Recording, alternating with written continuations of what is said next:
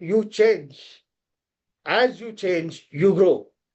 मतलब जैसे जैसे आप बढ़ते हैं आप बदलते हैं, और जैसे जैसे आप बदलते हैं आप आगे आगे बढ़ते हैं। चलिए इसी नेक विचार के साथ आगे बढ़ते हैं और आमंत्रित करते हैं हमारे अगले speaker, executive director of MCL, miss Prachi Dhole. Thank you Mangesh sir. नमस्कार। एमसीएल परिवार में एक बार फिर से मैं आप सबका स्वागत करती हूँ। और चलिए हम बढ़ते हैं आज के वेबिनार सेशन की ओर। हम इंसान मैक्सिमम हमारी जो जिंदगी है वो किसको समर्पित करते हैं। हमें लगता है कि हमारी फैमिली बहुत प्रायोरिटी है। उसमें भी हमें लगता है कि बच्चों के लिए हमें बहुत ज्यादा कुछ करना चाहिए। मैक्सिमम हम पेरेंट्स के लिए सोचते हैं। उसके बाद में हमारे जॉब के लिए, यानी उसको हम हमारा कर्तव्य समझते हैं। और बहुत एक कम ऐसे इंसान होते हैं जो देश के लिए सोचते हैं। लेकिन ऐसे रेयर स्पेसीज ह्यूमन की होती है कि जो पर्यावरण के किसी स्पेसीज के लिए अपनी जिंदगी समर्पित करती है। आज की जो कहानी है वो ऐसे एक इंसान की है जिन्होंने अपनी पूरी जिंदगी पर्यावरण के एक स्पेसीज यानी कछुए के लिए समर्पित की। आज की कहानी है टर्टल मैन ऑफ इंडिया, जिनका नाम है सतीश भास्कर, और इन्होंने अपनी पूरी जिंदगी कछुए के नाम की। लेकिन कैसे, ये अभी समझते हैं। ये आईआईटी ग्रेजुएट है, मद्रास से इन्होंने इंजीनियरिंग अपना कंप्लीट किया। 70s में इंजीनियरिंग कंप्लीट करने के बाद में ये जब जॉब कर रहे थे तो एक बॉटनिस्ट सर के साथ उनका कांटेक्ट हुआ। और उनके कांटेक्ट होने के बाद में उनको ये पता चला कि भारतीय तट यानी जो 7516 किलोमीटर इतना बड़ा है, लेकिन यहाँ पे कछुओं का बहुत बुरा हाल है। और ये कछुए जो है भारत के पूरे तट पे दिन ब दिन कम होते जा रहे हैं। इनकी प्रजाति इतने ही कगार पे है कि आने वाले नेक्स्ट जनरेशन में, ये बात 70s की है, नेक्स्ट जनरेशन में शायद 90s में लोगों को, बच्चों को पता भी ना चले कि कछुए क्या होते। इसमें बहुत इंपॉर्टेंट ये था कि कछुए जब जमीन पर आते हैं और अपना ब्रीडिंग करते हैं तो वो लोकेशंस पता ही नहीं थे, जिसकी वजह से जो पोचर्स है यानी जो तस्करी करने वाले थे वो तो अपना काम कर रहे थे, वो कछुओं को चुरा के लेके जाते थे अननेसेसरी या अनअवॉर्डिंगली, मतलब अननोइंगली। कुछ जो फिश वाले हैं उनके नेट की वजह से भी ये जो इनके ब्रीडिंग लोकेशंस थे वो खत्म हो जा रहे थे।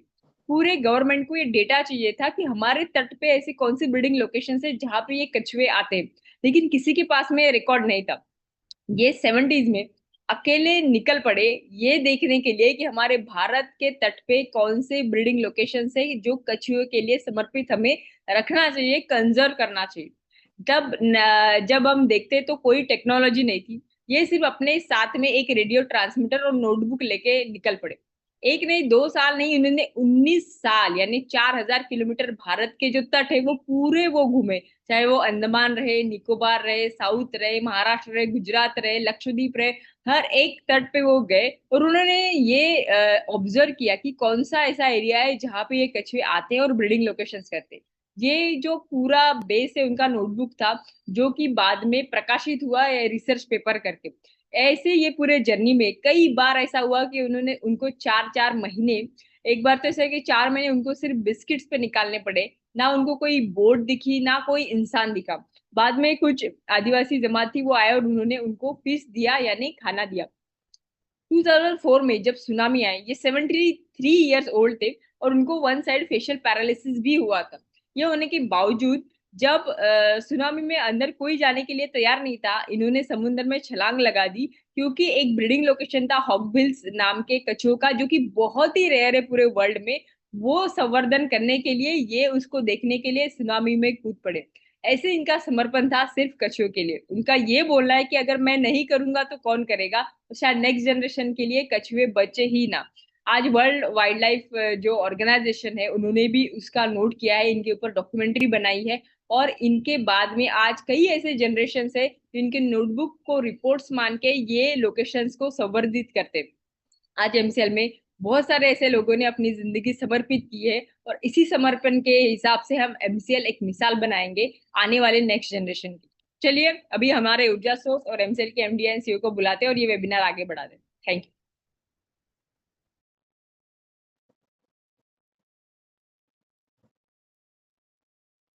Thank you madam. दोस्तों नमस्कार। मैं डॉक्टर श्याम गुल्लो फिर से एक बार आपका इस ट्रेनिंग सेशन में स्वागत करता हूं। मैं आशा करता हूं कि आप सभी लोग स्वस्थ हैं और आप अपने साथ अपने परिवार का, यानी घर का परिवार और एमसीएल परिवार दोनों का ख्याल रख रहे हैं। मैं ये भी उम्मीद करता हूं कि आप सभी लोग 1 घंटा बहुत अच्छी एक्सरसाइज कर रहे हो, अपने हार्ट अपने लंग को मजबूत कर रहे हो और अपनी इम्यूनिटी को बढ़ा रहे हो। तो चलिए शुरुआत करते हैं आज के इस सेशन के साथ। दोस्तों, हमने एक नए पर्व की शुरुआत की है और इस नए पर्व में हमें अपने आप को एक बिजनेस परिवार के तौर पर स्थापित करना है।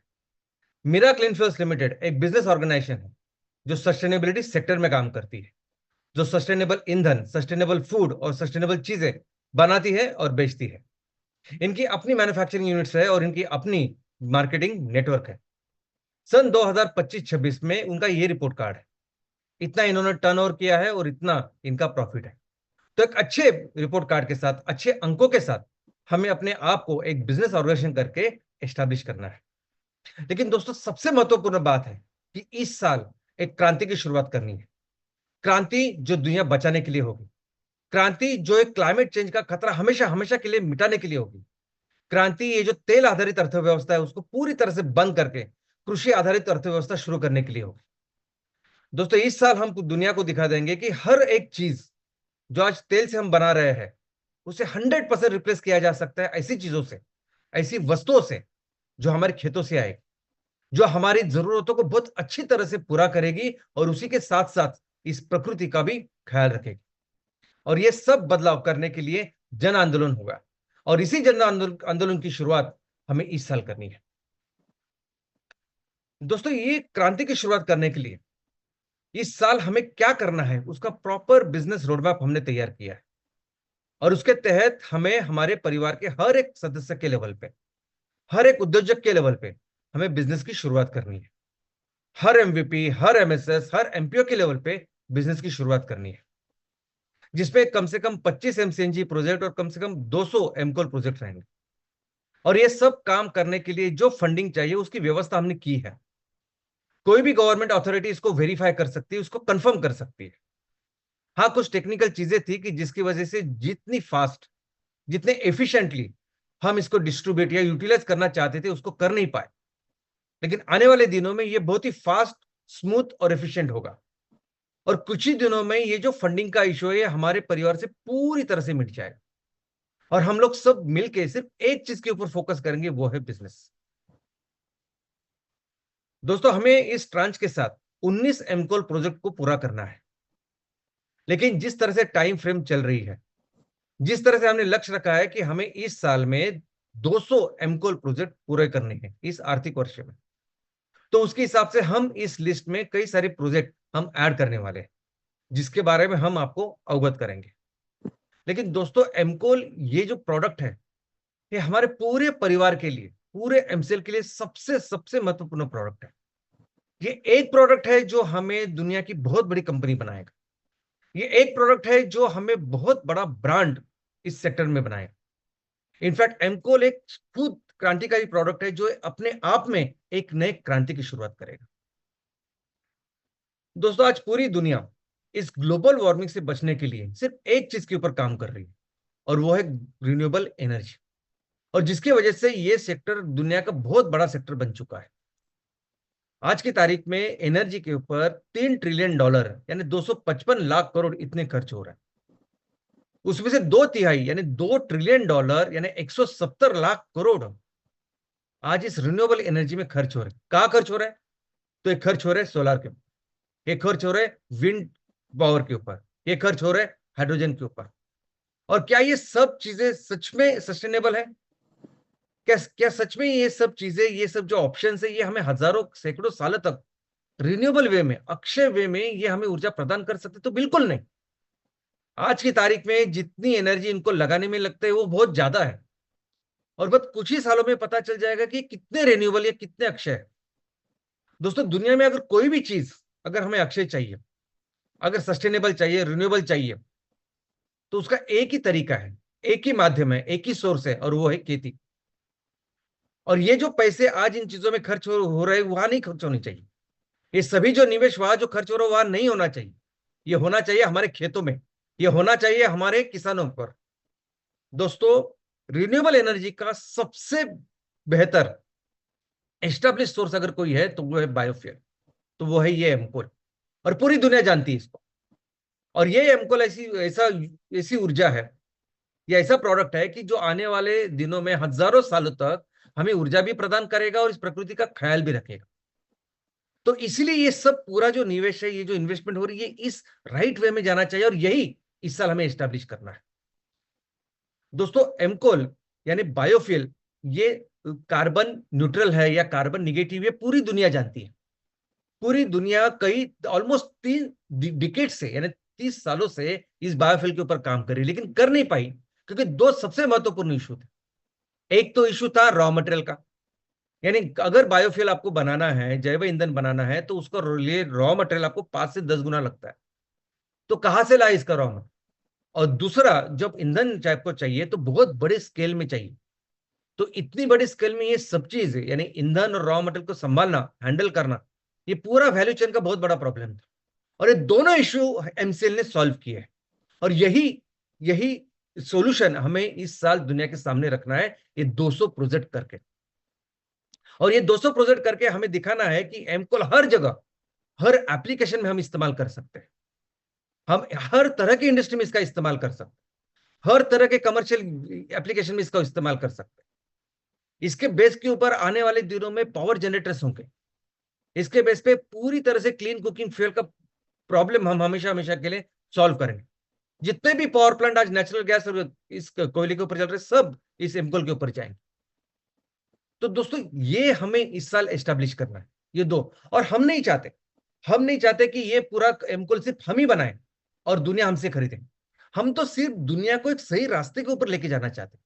हम तो चाहते हैं कि आप अपने देश में खेती कीजिए, आप अपने देश में खेती कीजिए। आप ये जो निवेश हो रहा है वो अपने लोगों में, अपने किसानों के ऊपर, अपने खेती के ऊपर खर्च कीजिए। वहां से ये रिन्यूएबल एनर्जी का उपयोग कीजिए और अपने लिए इस्तेमाल कीजिए। तभी जाके पूरी दुनिया इस सस्टेनेबिलिटी के ट्रैक के ऊपर चले। हम ये दिखाना चाहते हैं, हम ये बताना चाहते हैं, हम दुनिया को एक सही राह पर लेके जाना चाहते हैं। लेकिन दोस्तों, जब ये चीज होगी, जब दुनिया को हम दिखा देंगे कि सही राह क्या है और सही रास्ता क्या है सस्टेनेबल ईंधन का, और ये खेती करने जब दुनिया निकलेगी, तो दुनिया में सबसे ज्यादा खेती अगर कोई देश कर सकता है तो वो अपना भारत है। रशिया आज की तारीख में दुनिया में सबसे ज्यादा ऑयल एंड गैस की निर्मित करता है और बेच रहा है, लेकिन और वो हमसे 5 गुना बड़ा है रशिया, लेकिन उसके पास इतनी खेती नहीं जितनी भारत के पास है। अमेरिका, चीन हमसे 3-3 गुना बड़े, लेकिन उनके पास इतनी खेती नहीं जितनी हमारे पास है। तो लोग जब सही राह को समझेंगे और खेती के ऊपर जाएंगे, उस लेवल पे, उस रास्ते पे भी सबसे बड़ा काम अगर कोई करेगा तो अपना भारत देश है। आज हमारे देश में 2,60,000 ग्राम पंचायत है, और इसमें से 2 लाख ग्राम पंचायत में भी अगर हमने एमकोल प्रोजेक्ट लगाया तो हम दुनिया के लिए 20 से 25% हम ईंधन तैयार कर सकते हैं, उनको दे सकते हैं। उनके पास इतनी खेती ही नहीं है। लेकिन आने वाले दिनों में जिस तरह से हम अभी रिसर्च डेवलपमेंट कर रहे हैं, टेक्नोलॉजी को डेवलप कर रहे हैं, तो आने वाले दिनों में जितने क्षेत्र से आज हम नेपियर ग्रास से बायोमास निकाल रहे हैं, आउटपुट निकाल रहे हैं, वो बढ़ेगा। अभी हमने देखा है कि हम एक बेस करके पर हेक्टर 500 टन बायोमास से 500 टन नेपियर ग्रास निकलता है, ये हम पकड़ के चलते हैं इकोनॉमिक्स के लिए। लेकिन आज भी अगर जो रिसर्च या डेवलपमेंट का जो हमारा प्लॉट है, वहां हमने प्रति हेक्टर 1800 से भी ज्यादा टन प्रति वर्ष हम पहुंच गए। तो आने वाले दिनों में उसी क्षेत्र से ज्यादा आउटपुट, ज्यादा से ज्यादा बायोमास होगा। और उस टाइम अगर हम बात करेंगे तो शायद हो सके दुनिया के लिए 25 से 30% इतना ऊर्जा का हम निर्माण करेंगे। और हमें ये जो 200 प्रोजेक्ट अलग अलग तहसील में करने हैं, आपकी भी तहसील का जो पोटेंशियल है वो एक प्रोजेक्ट का नहीं है। आपके तहसील में जितने ग्राम पंचायत है ना, उतने प्रोजेक्ट हमें लगाना है और उतना आपका पोटेंशियल है। अगर आपके हमारे तहसील में अगर 60 ग्राम पंचायत है तो हमारा पोटेंशियल है 60 ग्राम पंचायत, 60 एमकोल प्रोजेक्ट्स का। और हो सकता है कि अभी हम 30 टन पर डे के प्रोजेक्ट से शुरुआत कर रहे हैं, लेकिन आने वाले दिनों में यही 40 टन, 50 टन, 60 टन प्रति डे, ऐसी कैपेसिटी पे हम लोग चले जाएंगे। तो जो पोटेंशियल आज हमारे देश का है, जब ये पूरी अर्थव्यवस्था तेल से लेके जब कृषि पे आएगी, जब सही रास्ते पे आएगी, तो भारत का पोटेंशियल दुनिया में सबसे ज्यादा है। किसी भी देश से हम कंपेयर भी नहीं कर सकते। और सबसे महत्वपूर्ण बात क्या है कि ये बायोफ्यूल, ये एमकोल एक दुनिया में जो आज विषमता फैल रही है उसको भी कम करे।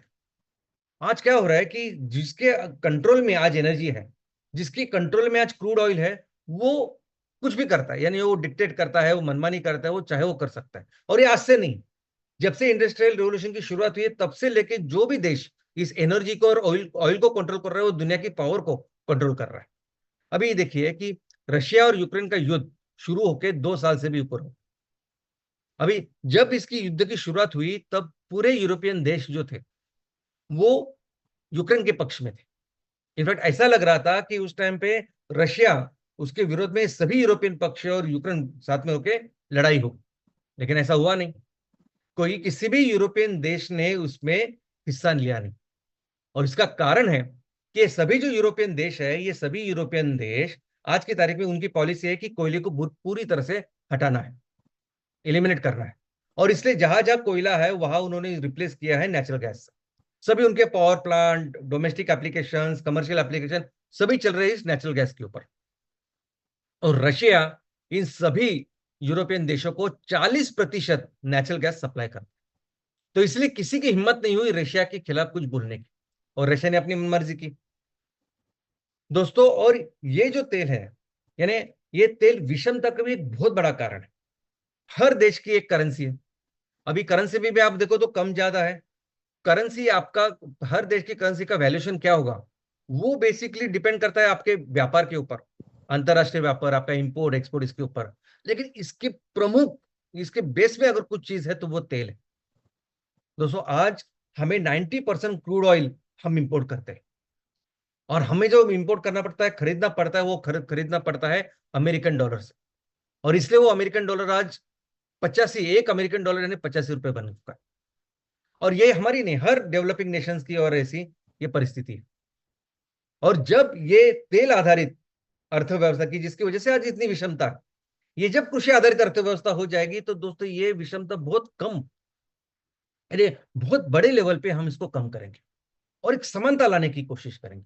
और ये भी बहुत बड़ा कंट्रीब्यूशन होगा हमारे एमकोल का, इस साल के कृषि आधारित उद्योगों का।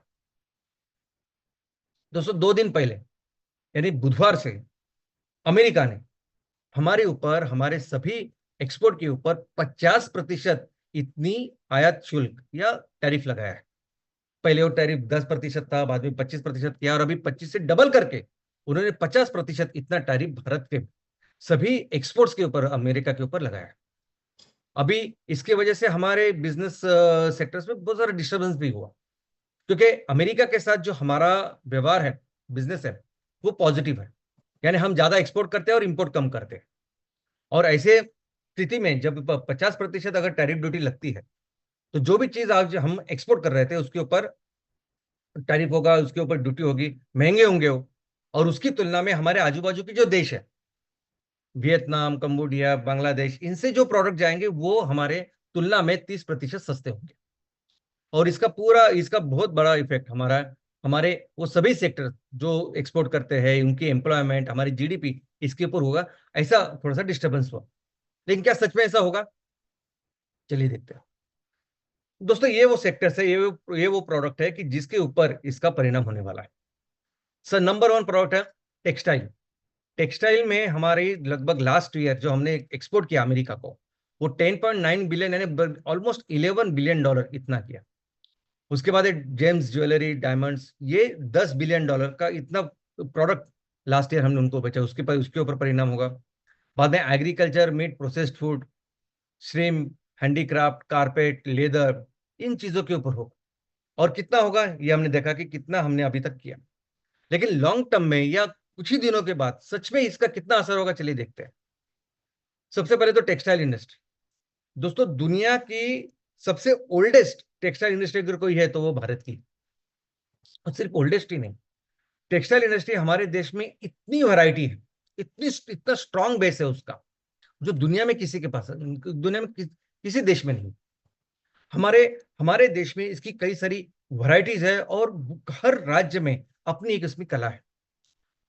हमारे देश में लगभग 4.5 करोड़, यानी एग्रीकल्चर के बाद, खेती के बाद सबसे ज्यादा एम्प्लॉयमेंट देने वाला सेक्टर कोई है तो वो टेक्सटाइल है। 4.5 करोड़ लोग इसमें, उनको एम्प्लॉयमेंट मिलती है इससे। लेकिन ऐसे जो अलग अलाइन सेक्टर हम लोग जिसे कहते हैं, जो इसके ऊपर काम करते हैं, इसके साथ काम करते हैं, अगर हमने ये देखा तो टोटल 6 करोड़ से भी ज्यादा लोगों को एम्प्लॉयमेंट इस टेक्सटाइल इंडस्ट्री की वजह से आज मिल रही है। और पिछले साल जो हमने इसका बिजनेस किया, जो सेक्टर जो हमारे, वो लगभग 180 बिलियन डॉलर इतना था। उसमें से जो एक्सपोर्ट था वो 37 बिलियन डॉलर इतना था। अभी हमारा लक्ष्य है कि हम 2030 तक इस हमारे बिजनेस को 180 से लेके 350 बिलियन डॉलर इतना लेके गए। तो देखो, तो दोस्तों कितना असर होगा इन सब चीजों के ऊपर।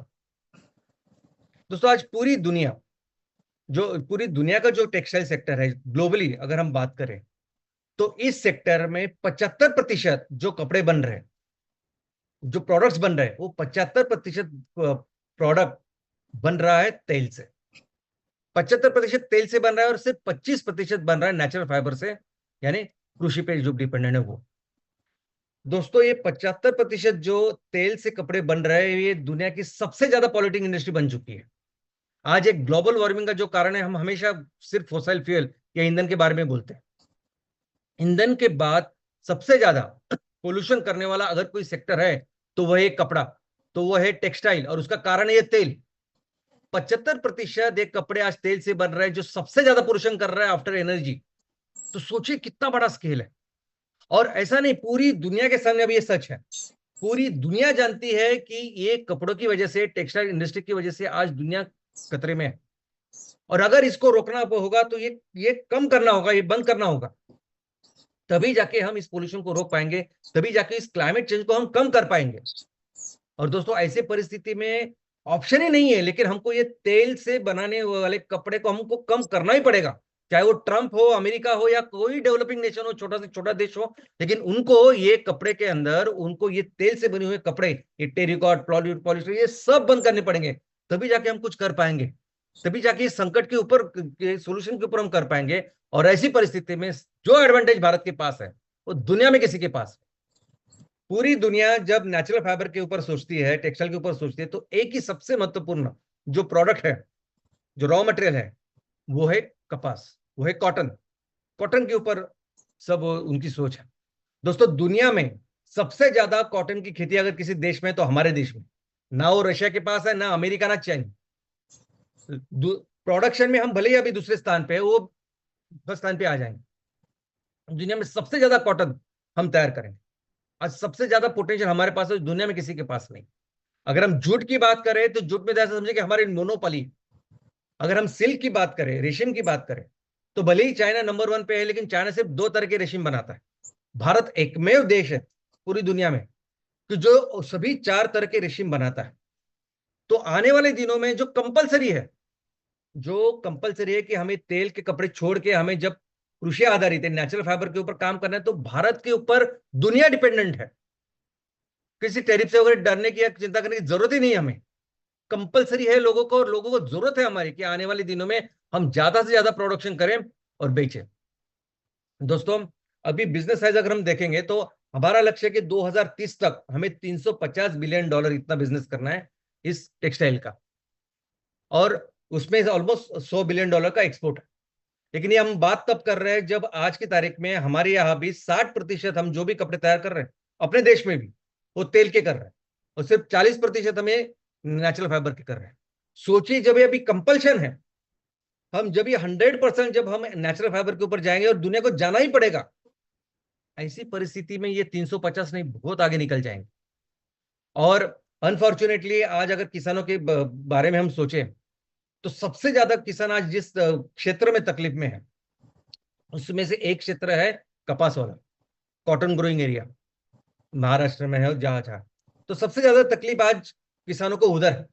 और मैं आपको बोलता हूं कि आने वाले दिनों में सबसे ज्यादा अमीर, सबसे ज्यादा खुश और सबसे ज्यादा समृद्ध अगर से कोई होगा, तो वो कपास तैयार करने वाला है, कॉटन तैयार करने वाला होगा। ये कंपलसरी है, इसको कोई दूसरा ऑप्शन ही नहीं है, ये कंपलसरी करना पड़ेगा। और इसमें बहुत सारा एडवांटेज हमारा होने वाला, तो कोई फर्क नहीं पड़ेगा अगर ये 10-11 बिलियन डॉलर का अगर हम लोग एक्सपोर्ट के ऊपर उन्होंने ड्यूटी लगाई, तो उससे कोई फर्क हमारे टेक्सटाइल इंडस्ट्री के ऊपर होगा नहीं। इनफैक्ट आने वाले दिनों में बहुत बड़ी इंडस्ट्री करके हमारा टेक्सटाइल में नाम होगा।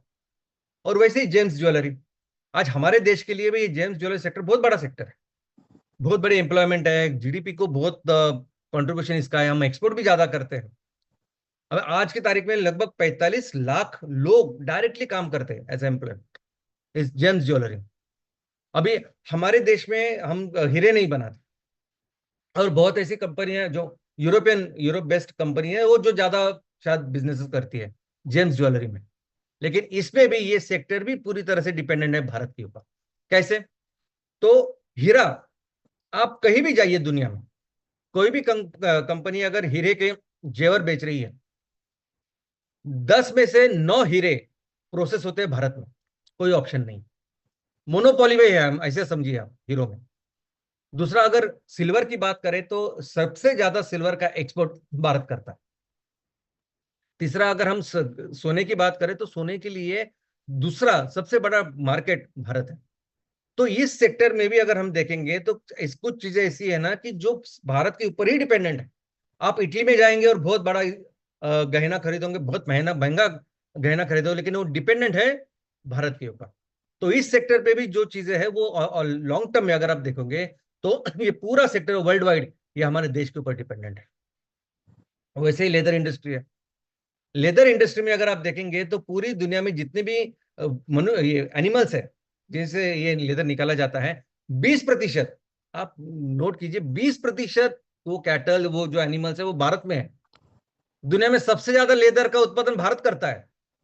तो यानी आप शायद बाहर परदेश में जाओगे और बहुत अच्छी बैग या कुछ लेदर का खरीदोगे, लेकिन आपको ये पता नहीं कि वो लेदर जिसने एक्सपोर्ट किया है उस देश को, उस कंपनी को, वो भारत है। लेदर इंडस्ट्री के लिए सबसे ज्यादा हम रॉ लेदर ज्यादा एक्सपोर्ट करते हैं। यानी ये भी ऐसी इंडस्ट्री है ना कि इसमें सबसे ज्यादा रॉ मटेरियल भारत तैयार करता है। और इसमें दुनिया के सभी जो मैक्सिमम बिजनेसेस हाउसेस या देश इसके ऊपर जो काम करते हैं वो भारत के ऊपर डिपेंडेंट है। श्रिम्प यानी झींगा, यानी प्रॉन्स हम जिसे कह सकते हैं। दोस्तों, प्रॉन्स का भी एक बहुत बड़ा एक्सपोर्ट है अमेरिका। भारत एक ऐसा देश है, भारत को लग के जो समुंदर है वो इतने सुंदर, यानी वो जो क्लाइमेटिक कंडीशन है उनकी समुंदर की, वो इतनी अच्छी है कि वहां बहुत अच्छी प्लैंकटन नाम की जो वनस्पति होती है जिसे फिश खाते हैं, वो बहुत अच्छी ग्रो होती है। और इसलिए हमारे समुंदर में जो मछली होती है वो बहुत अच्छी होती है। इतनी अच्छी होती है कि एक जमाना था कि हम जितना भी एक्सपोर्ट करते थे तो सभी एक्सपोर्ट हम जापान को करते थे। अभी वो जापान जापान जो पूरी तरह से ऐसा समझिए कि समुंदर में है, सभी तरह के समुंदर, लेकिन वो हमसे मछली खरीदता था क्योंकि मछली की क्वालिटी भारत की ऐसी है। और आज की तारीख में भी अगर देखेंगे तो पोल्यूशन बाद में बढ़ने की वजह से जापान ने उसको कम किया है, लेकिन अभी हम इसके ऊपर जब ध्यान देंगे तो ये ऐसी इंडस्ट्री है कि इसके ऊपर यानी सभी ये जो देश है डेवलप्ड, ये हमारे बायर्स हैं, यहाँ बहुत अच्छा डिमांड है। तो इसका भी कोई असर हमारे इस टैरिफ का पड़ने वाला नहीं है।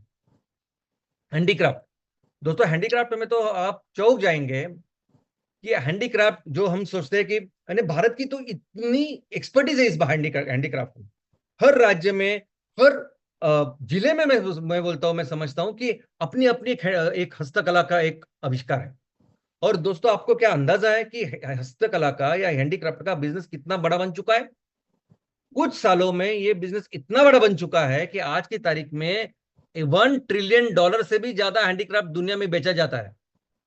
पूरी दुनिया में हर देश में आजकल लोगों में वो पहल है कि वो इसको ज्यादा पसंद करते हैं, पेट्रोकेमिकल चीजें नहीं, उल्टा ऐसे हैंडीक्राफ्ट जो दिखने में सुंदर हो, लग्जरी वाले लगते हो, ऐसे। और ये इतना फास्ट ग्रोइंग मार्केट है कि आने वाले दिनों में बहुत ही जल्द ये $2.5 ट्रिलियन से भी ज्यादा होने वाला है। और दोस्तों, इसका कोई एक पोर्शन हम अमेरिका को दे रहे हैं। तो दोस्तों, ये तो ऐसा है कि ये आने वाले दिनों में बहुत बड़ा काम इसमें हम करेंगे। यानी हैंडीक्राफ्ट के लिए तो ऐसा समझिए कि सभी पूरी दुनिया में आज मार्केट बन चुका है, इतना अवेयरनेस आ चुका है और इतने फास्ट ग्रोइंग ये बिजनेस, ये सेक्टर बन चुका है। और इसमें भारत का बहुत बड़ा एडवांटेज है, कोई दूसरा देश हमारे करीब भी नहीं है इतना हैंडीक्राफ्ट हम कर सकते हैं। और एग्रीकल्चर एंड प्रोसेस फूड, ये भी एक ऐसा आइटम है कि जो अमेरिका को हम एक्सपोर्ट करते हैं। लेकिन एग्रीकल्चर प्रोसेसिंग इसकी बात जब हम करते हैं तो फूड तो एक है ही, लेकिन सिर्फ फूड नहीं है। हमारे पास एग्रीकल्चर का ऐसा समझिए कि हर तरह का एग्रोक्लाइमेटिक विभाग है हमारे यहाँ। यानी हम हर तरह की खेती हमारे यहाँ होती, जो वैरायटी, जो डाइवर्सिटी भारत में वो दुनिया में किसी के पास नहीं। और सिर्फ इतना ही नहीं, हमारे पास नॉलेज है आयुर्वेदा का। यानी इस खेती से आज तक हमने मसाले वगैरह सब बनाए, लेकिन ये आने वाले दिनों में इस खेती से हम केमिकल्स बनाएंगे जो पूरी दुनिया को देंगे। इस खेती से हम कॉस्मेटिक्स बनाएंगे जो पूरी दुनिया को देंगे। इससे फर्नीचर बनाएंगे और कई सारी चीजें होंगी। तो ये जो सेक्टर है, ये आने वाले दिनों में जब पेट्रोकेमिकल को छोड़ इन सभी चीजों पे जाना पड़ेगा दुनिया के लिए, जो कंपलसरी है, तो उसमें भारत जैसा कोई भारत जैसे पास में ही कोई नहीं, इतना नॉलेज, इतनी खेती हमारे पास। तो इस सेक्टर पे भी लॉन्ग टर्म में कोई असर नहीं होने वाला है। इनफैक्ट कारपेट ही देखिए, सिर्फ कारपेट से $1.2 बिलियन के कारपेट लास्ट ईयर हमने अमेरिका को बेचे। अभी ये सभी जो यूरोपियन या डेवलप्ड देश है, वहां टेम्परेचर लो होता है, उनको कारपेट की जरूरत पड़ती है। आज की तारीख में मैक्सिमम कारपेट जो बन रहा है वो पेट्रोकेमिकल से बन रहा है। लेकिन दोस्तों, ये पेट्रोकेमिकल छोड़ जब आप ऑर्गेनिक में जाएंगे तो भारत का तो जवाब ही नहीं। एक तो ये ऑर्गेनिक नेचुरल फाइबर से बनेंगे, ऊपर से हस्तकला, यानी ऐसा समझे कि इसी मोनोपोली है। जिस तरह से भारत ये प्रोडक्ट तैयार कर सकता है और बेच सकता है, दुनिया में कोई कंपटीशन ही नहीं। तो ये सभी जो प्रोडक्ट आज हम वहां दे रहे हैं अमेरिका को, दोस्तों ये बहुत एक्सक्लूसिव है। ये कोई बीट ही नहीं कर सकता, कोई कंपटीशन ही नहीं इसमें। आज ये ट्रम्प साहब ने जो सोच के टैरिफ लगाया ना 50%, वो ये सोच के लगाए, तेल आधारित अर्थव्यवस्था सोच के लगाया। तो उनको लगा कि भारत नहीं देगा तो वियतनाम देगा या कंबोडिया देगा या बांग्लादेश से लेंगे। क्या लेंगे आप? तेल से बनाई हुई चीजें। ये नहीं चलेगा। आज आज इतना बड़ा संकट पूरी दुनिया के ऊपर है कि कंपलसरी ये छोड़ के अभी कृषि आधारित वस्तुओं पे, चीजों के ऊपर या सस्टेनेबल चीजों के ऊपर जाना पड़ेगा। कंपलसरी जाना पड़ेगा, सबको जाना पड़ेगा। किसी की एक डिक्टेटरशिप चलेगी ही नहीं इसके ऊपर। और इस सस्टेनेबल इकोनॉमी में जब हम जाएंगे तो कृषि, खेती से ही सब चीजें करनी पड़ेगी। और उसमें जो भारत कर सकता है वो दुनिया में कोई नहीं कर सकता। ये टैरिफ की तो बात छोड़िए, लेकिन आने वाले दिनों में हम इकोनॉमी में सबसे बड़ी इकोनॉमी बनने वाले हैं। भारत बाय डिफॉल्ट दुनिया की नंबर 1 इकोनॉमी बनने वाला है। और इसकी शुरुआत हम इस साल करेंगे। हम अपने देश को नंबर 1 की इकोनॉमी बनाएंगे और फिर से अपने देश को उस स्थान पर लेके जाएंगे जहां हमारा देश पूरी दुनिया का नेतृत्व करेगा। जय हिंद, जय हिंद।